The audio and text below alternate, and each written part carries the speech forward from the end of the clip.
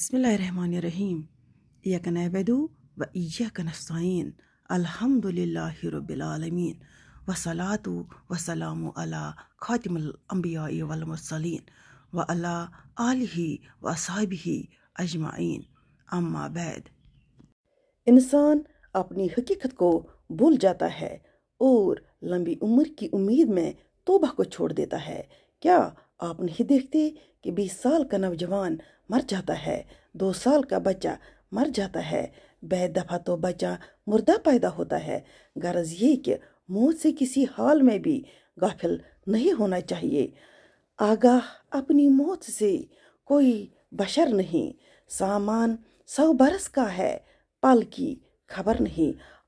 आज माशरे में कत्लो गारत, चोरी, डकैती, तावान, धोखा, फ्रॉड की सूरत में जो फसाद हम देख रहे हैं, उसका सबब सिर्फ ये है कि लोगों ने आखिरत को फरामोश कर दिया है और सब कुछ दुनिया ही को समझ लिया है।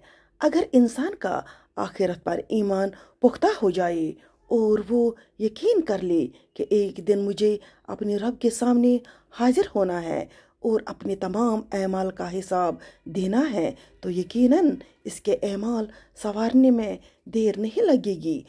ज़रूरत इस अमर की थी कि कुरान करीम और अहादीस मुबारक से अक़ीदा आखिरत से मुतल्लिक़ मवाद जमा करके इसे आम फहम अंदाज में आवाम की इस्लाह के लिए पेश किया जाए। अल्हम्दुलिल्लाह। इस हवाले से अजीज़म इंजीनियर हाफिज़ मोहम्मद आसिफ कादरी ज़ैद मुजद्दिद ने कलम उठाया और उम्दा काविश की। इनकी नई तालीफ फ़िक्र आखिरत कुरान और हदीस की रोशनी में देखने का इत्तिफाक हुआ। मुसन्निफ ने अगले दलाइल और शरई बराहीन के साथ आखिरत की फ़िक्र को हुस्न तरीके से उजागर किया है। रब करीम इस किताब को नफ़अ मकबूल और सदक़ा जारिया बनाए और मुसन्निफ को अजर अजीम अता फरमाए। आमीन बजाहे नबी करीम सल्लल्लाहु अलैहि वसल्लम।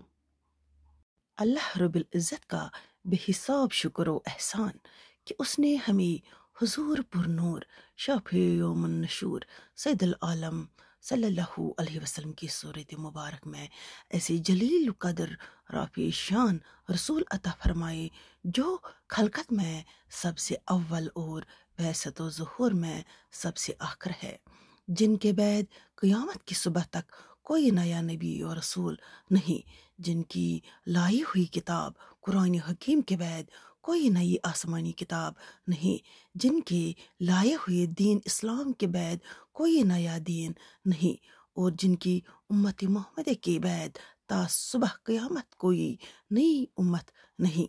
बस रसूल सल्लल्लाहु अलैहि वसल्लम की तशरीफ़ आवरी के बाद अब हिदायत और रोशनी का हुसूल सिर्फ नबी करीम सल्लल्लाहु अलैहि वसल्लम ही के ज़रिए मुमकिन है। इरशाद रब्बानी है अल कुरान सूरह अनकबूत तर्जुमा। और ये दुनिया की ज़िंदगी खेल कूद के सिवा कुछ नहीं है, और बेशक आखिरत का घर ज़रूर वही सच्ची ज़िंदगी है। क्या ही अच्छा होता अगर तुम ये जानते।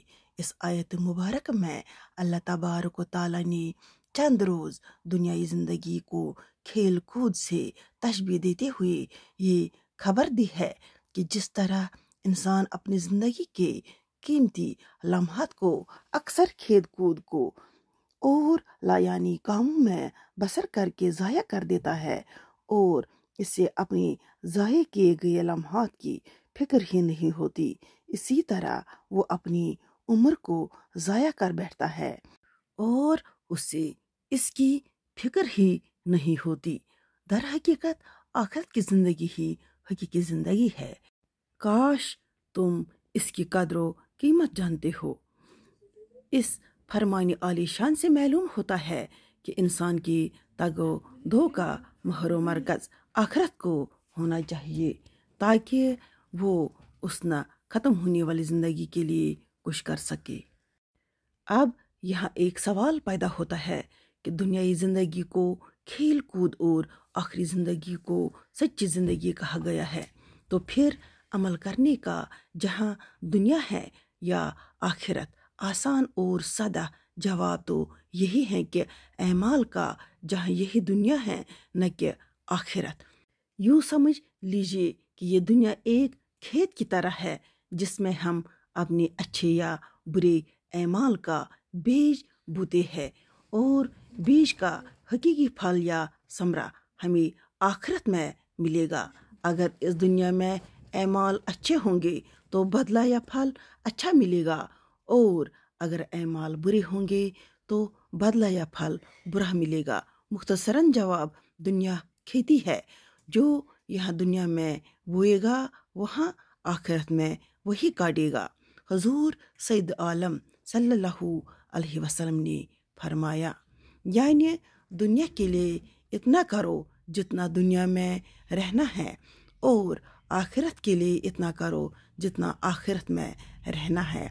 अब दुनिया में किसी शख्स ने कितना रहना है इस हवाले से कोई नहीं जानता, लेकिन आखिरत में कितना रहना है उसका दायमी होना हर शख्स जानता है।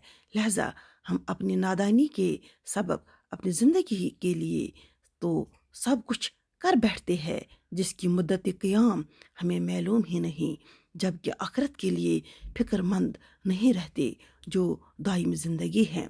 आज मौत से लापरवाही का ये आलम है कि हम अपने प्यारों को अपने हाथों से मिट्टी के हवाले तो करते हैं, लेकिन खुद पर आने वाले इस वक्त से गाफिल हैं। अब तो सितम ज़रीफ़ी इस हद तक पहुँच चुकी हैं कि जनाजा की चारपाई को कंधा देते वक्त लोग हंस रहे होते हैं और फौतगी के साथ वाली घर में नाच गाने चल रहे होते हैं। ये सब लापरवाहियाँ और बेखुफिया फिक्र आखिरत से गफलत के सबब है। यही वजह है कि आज हमारी ज़िंदगी में हलाल व हराम और जायज़ व नाजायज़ में फ़र्क करने और उनसे बचने की सोच कम से कम होती जा रही है। हम मदह परस्ती में इस हद तक आगे निकल चुके हैं कि हमें इस्लाम की हुदूद पामाल करते हुए कोई खुदा नहीं होता। बाकी अल्लाह हाफिज़।